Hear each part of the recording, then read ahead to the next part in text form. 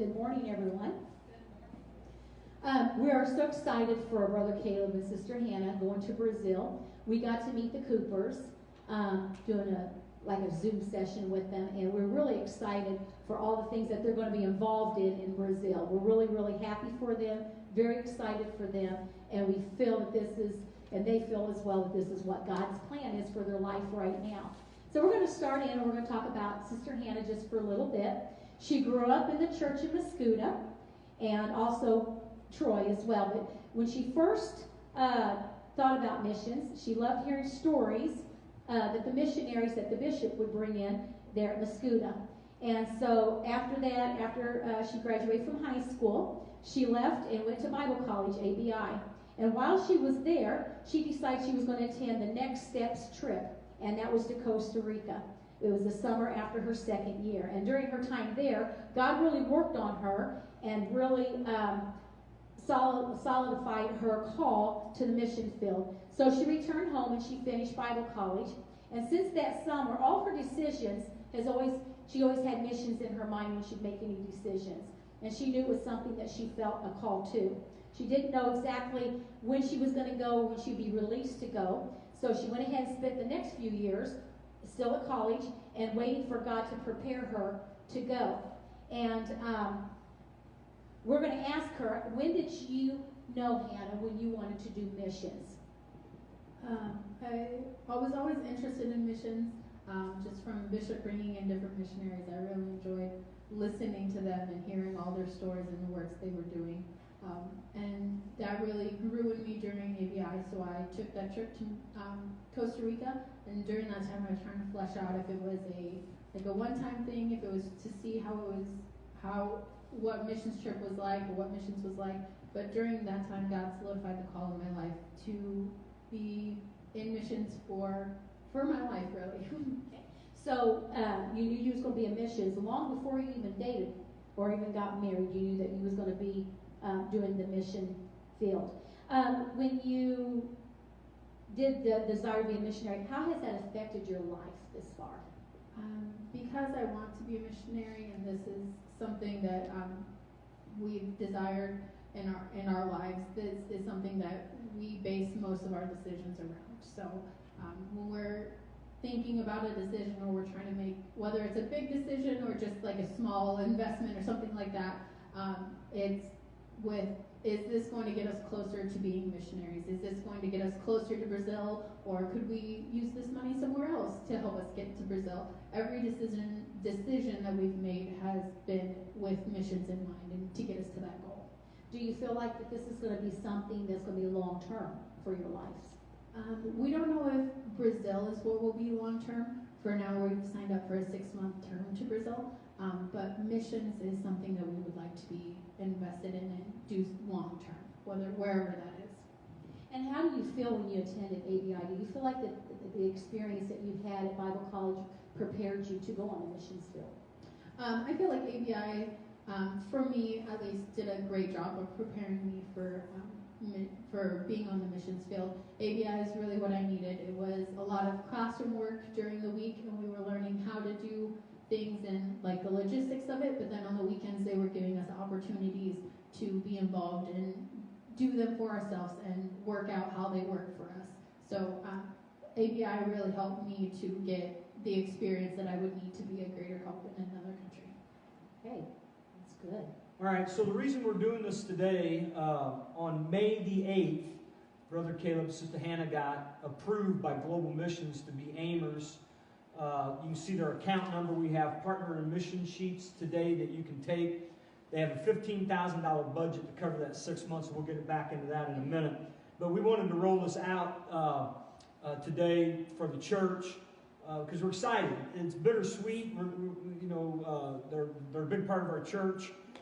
But when we started talking to them about coming to Troy a little over a year ago, it was with the goal for them to get approved in the AIM program, and they've worked diligently to that end. I guess we checked every box, crossed every T that we had to do to figure out what was the necessities for them to go, and so here we are today, and we're excited. So let's talk a little bit about Brother Caleb. this morning. And by the way, we're videoing this, and we're going to put this out on our website, and we're going to put it out on our public Facebook page so that more people, right, we can enlist more people to support them, because this is what this is all about. And we just felt like an interview format, would be relative for our social media platform. So Brother Caleb was born in Winchester, Virginia, and then when he was a baby, they moved back to Illinois, where his family was originally from. Grew up in a small country town called Ladd, L-A-D-D, and he says in his bio it was more like a village. A big bustling town of how many people was it, Brother Caleb? It was a little under 1,100 people. 1,100 people. 14 years old, he started going to summer youth camps, and that was at Illinois District Youth Camps, I'm assuming, and he felt the call to preach there. So give us a little insight to how that transpired, your calling, and just reminiscing about the service.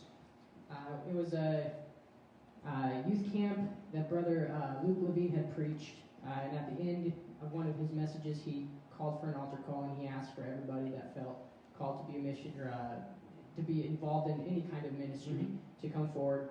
I was one of those that went forward, and it was at that moment somebody came and prayed for me that God would help me understand what my calling was supposed to be. And it was at that moment that I knew that I was supposed to preach. Awesome. And so was it an audible voice? Was it an impression? How would you describe that, when the light bulb came on, that aha moment?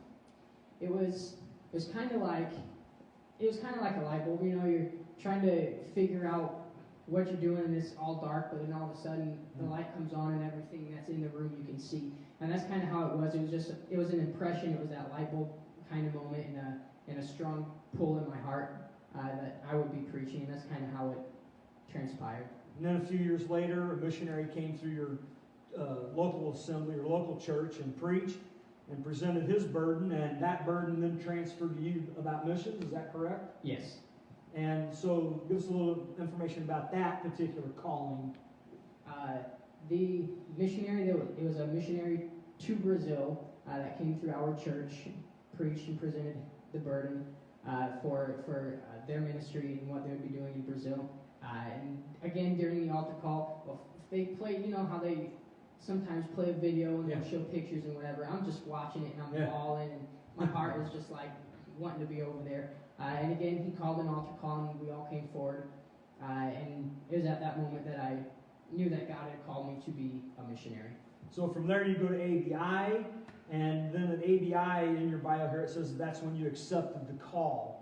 So expound on that a little bit. Now I want to ask the question, was that before Sister Hannah or after Sister Hannah? So that was before we started dating. However, from the time that I knew that I was supposed to be a missionary up until I went to ABI, I didn't want to be, so I resisted it. I just wanted to be an evangelist here in the States. So up until I went to ABI, I fought against it. But then it was my freshman year at ABI. Again, they would have missionaries come through and teach a class or preach a service for them. And so again, it was one of those moments where I finally caved and accepted the call. And then it was shortly after that I realized Hannah was also called to be missionary as well. All right. So just kind of in sum, for you, Brother Caleb, and I know that for the last couple of years you guys have been obviously married, but just leading up to the point where you guys became husband and wife, how would you summarize that ABI experience in moving you forward then, in total? Moving you forward as a minister of the gospel, but also in fulfilling, becoming a missionary. Okay. ABI definitely kept me on the right path. A little bit about what I was wanting to do prior to ABI. I was going to join the military service. Okay. But then God had really been dealing with me, and He directed me to go to ABI. And so that really propelled me to not only fulfill the calling of God on my life, but also to have a relationship with God. And so from the very first day that I was on the campus until we graduated and moved down here, God was severely working on my heart to prepare me for that goal to eventually become a missionary in Brazil. So for both of you, just talk a little bit. So it's been 2 years since you've been married. So just talk about the last 2 years as a couple, dreams, aspirations, and you don't have to take a long time, but just and again going and fulfilling that. And I think Hannah kind of mentioned a little bit, but just getting to this point in your life and ministry right now today, where we're rolling this out. Like Hannah said, before we even started dating, we had the conversation of what our future ministry was going to be. And if they didn't align, then obviously it wouldn't work out. But since we got married, like Hannah said, every decision that we've made has been centered around, is this going to get us closer to getting on the missions field, or is this going to restrict us somehow? So through every decision, that was one of the things that we prayed for the most, was if this is the will of God and if this is going to get us closer to, that God would open the door. But if it was going to restrict us or hold us back or something, that it would be a very blatant shut, the door shut in our face. Okay, so like Caleb said, we knew what we were going to do. We knew what we wanted to do. We wanted to be a missionaries, but we didn't have the release yet to leave. We had not felt like God was saying that was the time. We knew we had to wait still. So while we were waiting, we knew that we had to be working. So when we talked to you guys, you said, we'll a year come work in our church, and then we'll help you get over there. So we weren't content with just sitting and waiting, because we couldn't wait to get over there to start working in the work of God. But we had to, while we were here, we needed to continue working. God continued working on us and preparing us to be the people as we were laboring for Him. Yeah, and it is a process to go through, getting approved. It's just not throw your hand in there and say, hey, we want to go to Brazil. There's a process, and they've been very diligent. So let's look at where they're going. This slide is going to show you, this is a 40-acre campus that they're going to near Sao Paulo and in Brazil. 40-acre. The blue dot is the house where Brother and Sister Cooper, resident missionaries to Brazil, live. And to the right of that, you see the cursor on the screen, that's the church campus, okay? So this is 40 acres. It's got 4 lakes. Go ahead and roll up the next slide. You can see that they farm on this campus. They fish. And so Brother Caleb and Sister Hannah are not going to just fish and farm, but they're going to be involved in some great work there. And we'll come back to like housing arrangements and stuff like that. But this kind of gives you an idea of where they're going, okay? The area they're going to is over 11 million people. Can you imagine that? And it is the 12th largest population center in the world. So they're going to be there with resident missionaries. And now let's talk about what you guys are going to actually be doing while you are there for 6 months. So like you've seen, they have a rather large amount of land, and they do have a lot going on. So they have the land that they take care of. They have the house. They have the church there as well. So they do have a church on the campus. We'll be involved in that. They have a Bible college. Every Saturday for 8 hours, the students come and they sit and learn for 8 hours. So we'll be involved in that as well. They do have a few children that are in school still, so I'll be helping with homeschooling their children. When we decided to aim, our first aim trip, we knew that we were just going to be helpers. We knew that we weren't desiring to go and just preach all over a country. We weren't desiring to go and just set a country ablaze with the gospel, but we knew that we wanted to go just help a missionary that already had work there. So when we go, we're going to be helping in the church. Caleb's going to be involved in music. He's going to be teaching some things there. We're going to be involved in the church with preaching and teaching. We're going to be involved in the Bible school and teaching and things like that there. And we'll also be involved in the hyphen as well. We'll be helping with that. So roll up the next slide. This building is an orphanage that is also on the campus. This orphanage building has been completed, and there's paperwork been filed, I guess, with the local officials, maybe even the country, Brazil, for the Coopers to have a full-fledged orphanage. And so Brother Caleb and Sister Hannah will be working in on that. Let's talk about hyphen, Brother Caleb, a little bit. You guys came to Pentecostal Troy, you took over Hyphen. How do you feel that was another piece of the puzzle or a piece of the plan of God for you guys to go to Brazil, where you're going to be helping with the Hyphen group there?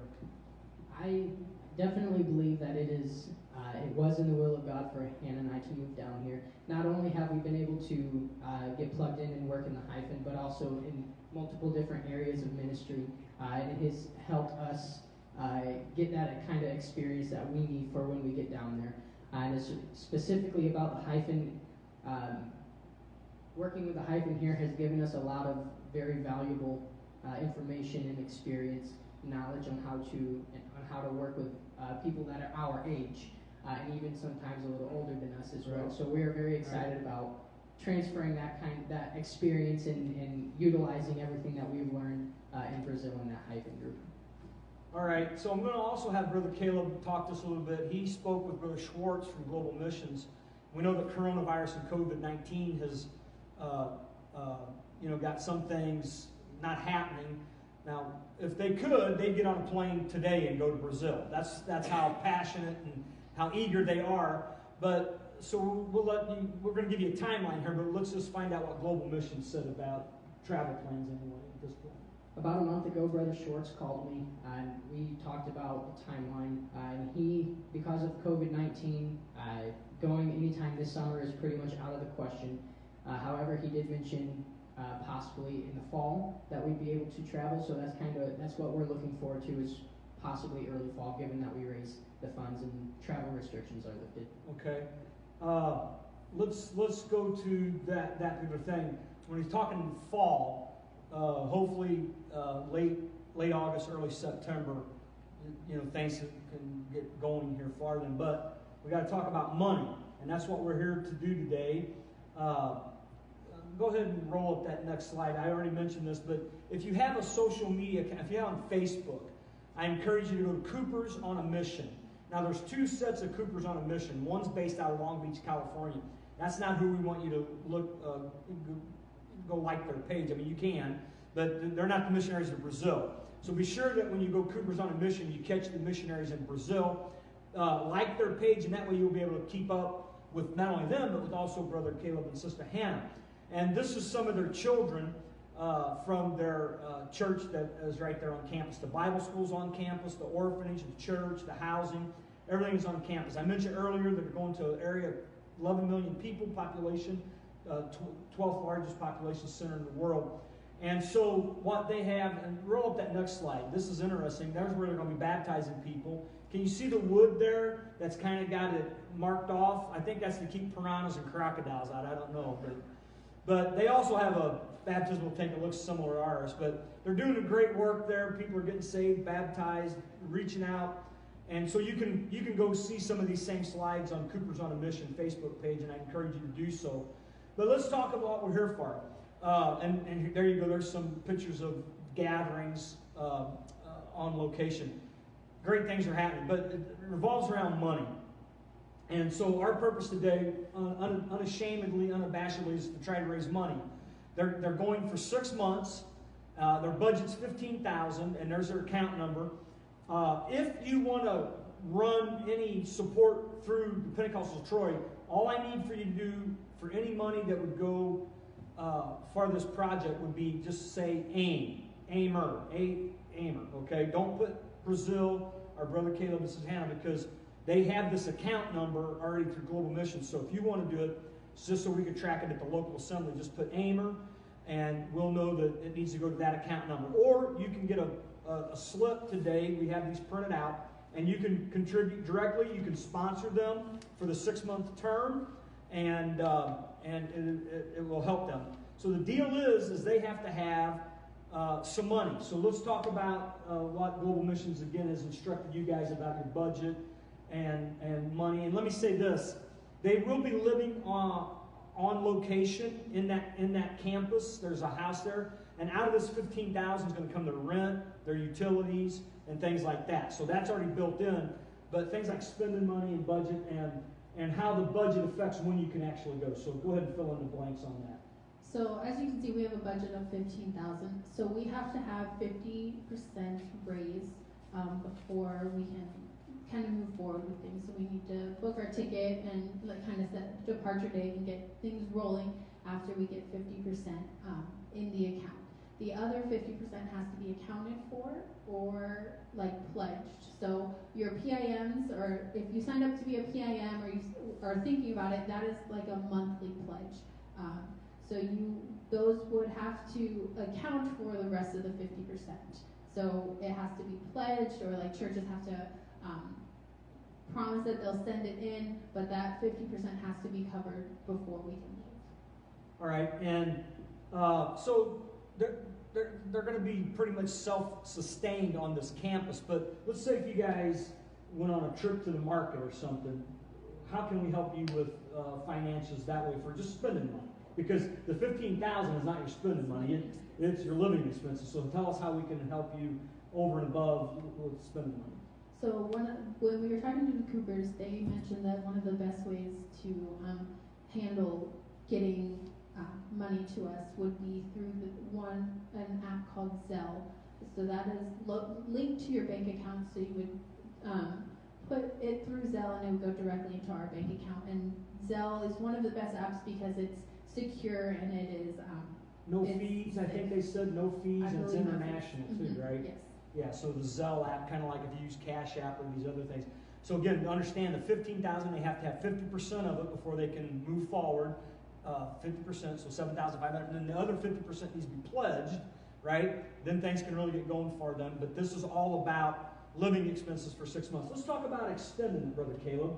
I think, again, Brother Schwartz made a mention that once you're on location, if you want to extend your stay. So talk to us about that. When we received our package from headquarters concerning our AIM trip to Brazil, I talked about extending it. So what we could do if we got down there and we decided that we wanted to stay down there longer, when it got to a month or two away from our end date, we could put in for an extension to headquarters, of course with the country's approval and the missionaries' approval.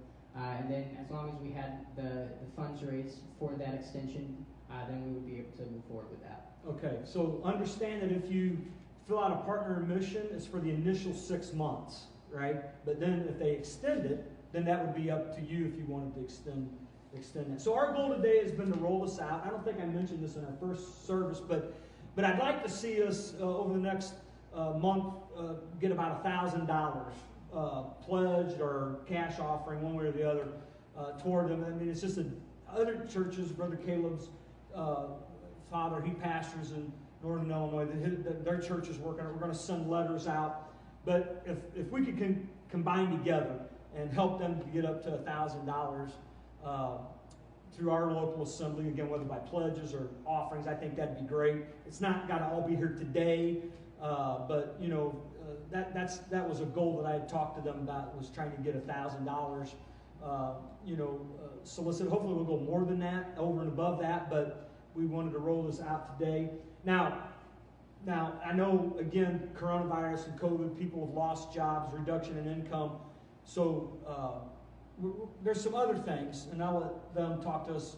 We're not just here to, like take an offering today and be done, but over the next few months, we're going to do some things to help Brother Caleb and Sister Hannah raise some money. So tell us about some of your fundraising ideas. So we do have a few fundraisers that we'll be talking about at later dates, a few months down the road, but we do have a few that we'd like to mention that will be soon. So for Father's Day, if anyone would like a cheesecake, we'll be selling cheesecakes. So let me know if you want one before Saturday, and we'll have one for you on Father's Day.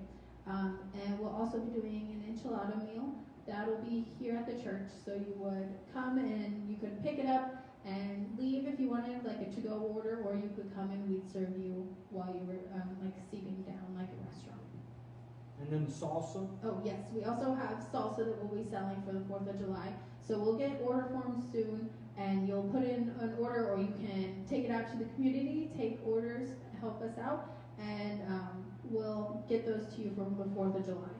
And I also think that if we get some Tres Leches cakes made, we could do an auction on them, and I know we can raise some good money on those wonderful cakes as well. We're excited about this. I think in the history of the church, Brother Caleb and Sister Hannah will be our first ever Aimers. We've had other folks that have taken missions trips, as Sister Hannah mentioned she went to Costa Rica, and I know Ginger Reeves did a trip, Kayla did a trip, she did 2 trips, and Kanisha did a trip. I think that's all we could come up with in our memory bank. So we're excited. Not only do we have missionaries on the wall that we support, but we're actually excited that our church has had people to go, right? And now this young couple is making the big step as they're going as aimers and potentially career missionaries. Amen. And that's just exciting for us. And I want to share this. I know this isn't something that too many people know about, but recently Brother Caleb came to me and said that it's their desire to keep the Pentecostals of Troy their home church. And I appreciate that because I know they had a lot of opportunities to go elsewhere and do other things.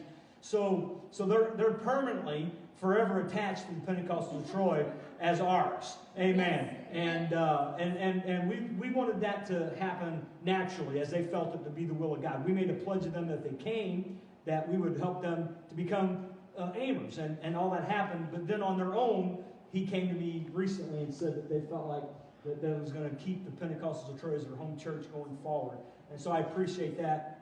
We wasn't after that, that wasn't a part of the deal, but it honored us when they said that, and we're thankful. We're going to close with prayer for them, and again, we're not gathering at the front. We're trying to keep social distancing, but I'm going to have us stand, and we'll have them stand right here, and we're going to pray for this fine young couple. And again,